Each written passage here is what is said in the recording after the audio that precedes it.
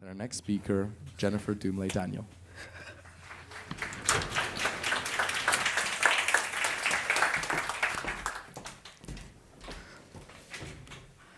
Good evening, everybody. Imagine a world where its fiercest warriors did not wield shields or swords, but dreams and determination. These warriors are phenomenal, remarkable, and exceptional. These warriors are African women entrepreneurs. These women are carving their paths with resilience, defying the odds with grace. They don't just run businesses. They are at the forefront of creating opportunities, driving innovation, and actually shaping the future of Africa. Despite Africa having the highest number of women entrepreneurs at 27% compared to 5.5% here in Europe, African women entrepreneurs still suffer the largest cases of extreme poverty. African women and girls experience one of the highest numbers of women living in dire economic conditions. So it makes you wonder, could this be a systemic issue? And if that is the case, what can be done about it? I'm Jennifer Dumle Daniel, and I have been on this insightful research journey to understand and find ways to address the issues and challenges that African women entrepreneurs experience. The reason for this is very simple. I began to notice the absence of women in key decision-making roles, their underrepresentation in leadership positions, and the systemic barriers that continue to prevent their full participation and engagement in entrepreneurial landscapes. So for me, this research is not just about finding what the problems and the challenges are. My work aims to catalyze meaningful change and create an inclusive and equitable ecosystem where women can thrive and succeed, not just as participants, but also as leaders and innovators. Because when women thrive, all of society benefits. And when women succeed, all of society benefits. Let me draw your attention to a story that I believe encapsulates the very essence of female entrepreneurship in Africa and the formidable challenges that they experience.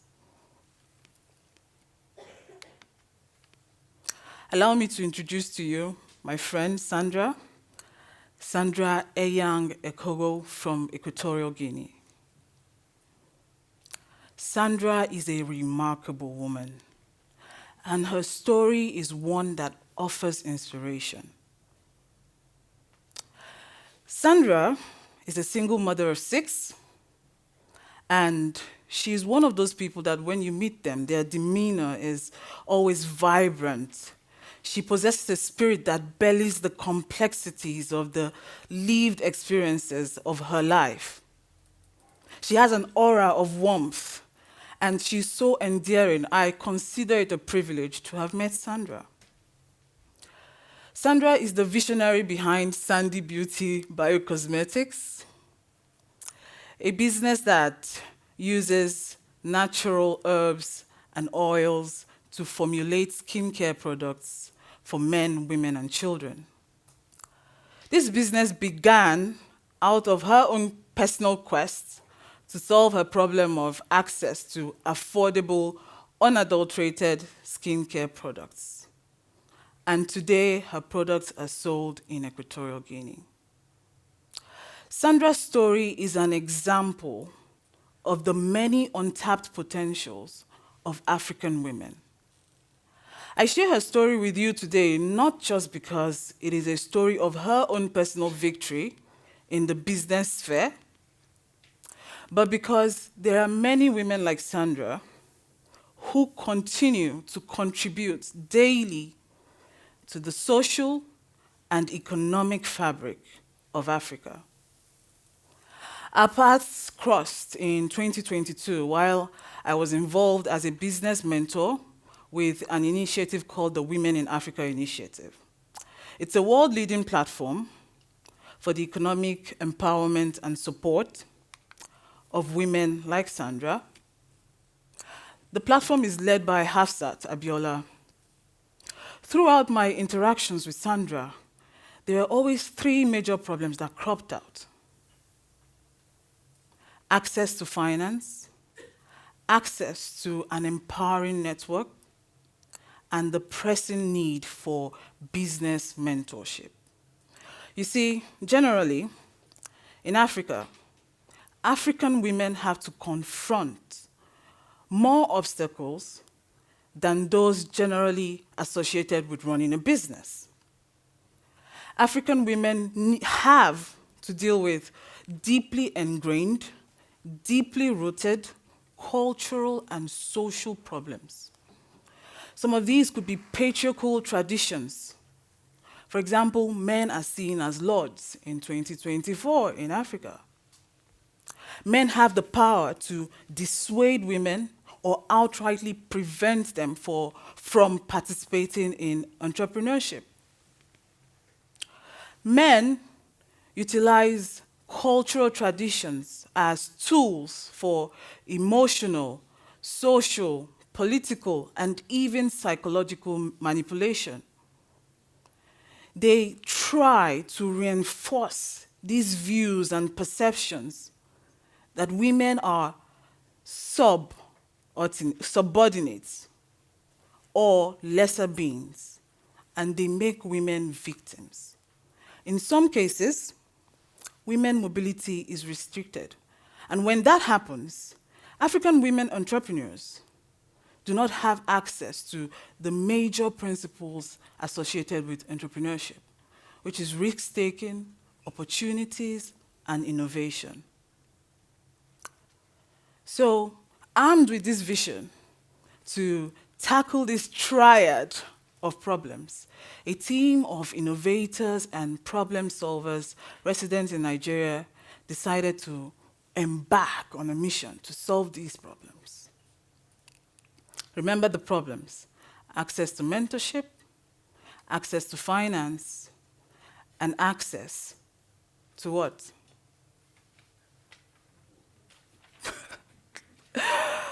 And access to mentorship, access to finance, and access to a network, right? Now, their solution, very simple, revolutionary. We all know what WhatsApp is, right? They decided to start using WhatsApp to build empowering networks. The use of Microsoft Excel sheets to track disbursement of microloans to these women. And all of this was underpinned by a referral system. This referral system was inspired by the principles, the theory rather, of Robert Putnam, the theories of social capital. This theory emphasizes the need for trust and reciprocity in social networks. So to a very large extent, there's confidence that these women will repay their loans and they will invest in the growth of their businesses. They didn't just stop at financial solutions. They decided they were going to also envision a situation where there will be mobile business clinics that take mentorship to these women wherever they may be. Their ultimate goal is to connect these women to specialized development agencies where these women can turn their local brands into global businesses, just like Sandra's brand. But the most important thing I want you to note is that this initiative is led by women for women, embodying the very essence of empowerment. So you may be sitting here in the audience and wondering, how can I support African women? Yes, it might not be feasible for everyone here to directly invest in African businesses, but you do have a tool that you can use. And I believe it's a tool that has been re-echoed throughout this program today. The power of awareness, using your voice.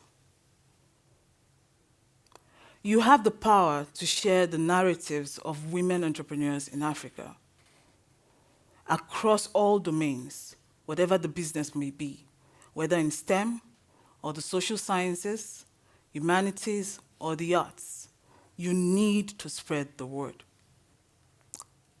It's often said that the first step towards solving any problem is recognizing that there is a problem. Standing before you today is actually disruptive in its very nature of sharing problems about African women. But that is what we need. Business as usual can no longer work with solving African problems. Conventional methods just will not work. Now is the time for innovative, inclusive action. Action that unfolds the future where these women don't just survive, but thrive. Because when women thrive, the ripple effects are felt across communities, across nations, and across economies. We need to empower women to lead, to succeed, and to innovate. Because when we do, everybody wins. And so as I come towards the close of this presentation, I would love to leave us with a quote by Dr. Lamis. She is the founder of the Women's Studies program at Birthright University. She says, "No society can be just, and no human or economic development even spread and sustainable, if women, who represent half of the population, are left behind, if their needs and aspirations are not addressed." This quote is not just for reflection. It is a clarion call for inclusion, equity, and justice. And so I leave you with a question that challenges your perceptions and challenges the status quo. What world could we create if every woman, every girl in Africa and beyond is given the tools, the opportunities, the support needed to fulfill their dreams and fulfill their aspirations? Imagine the world we will have. Imagine the innovations. Imagine the solutions. Imagine the possibilities. I'm giving you a second to think about it. The possibilities are endless. Women cannot be left behind. We need to rewrite the future now. A future where women are empowered, because when they are, truly and indeed, everybody wins. Thank you very much.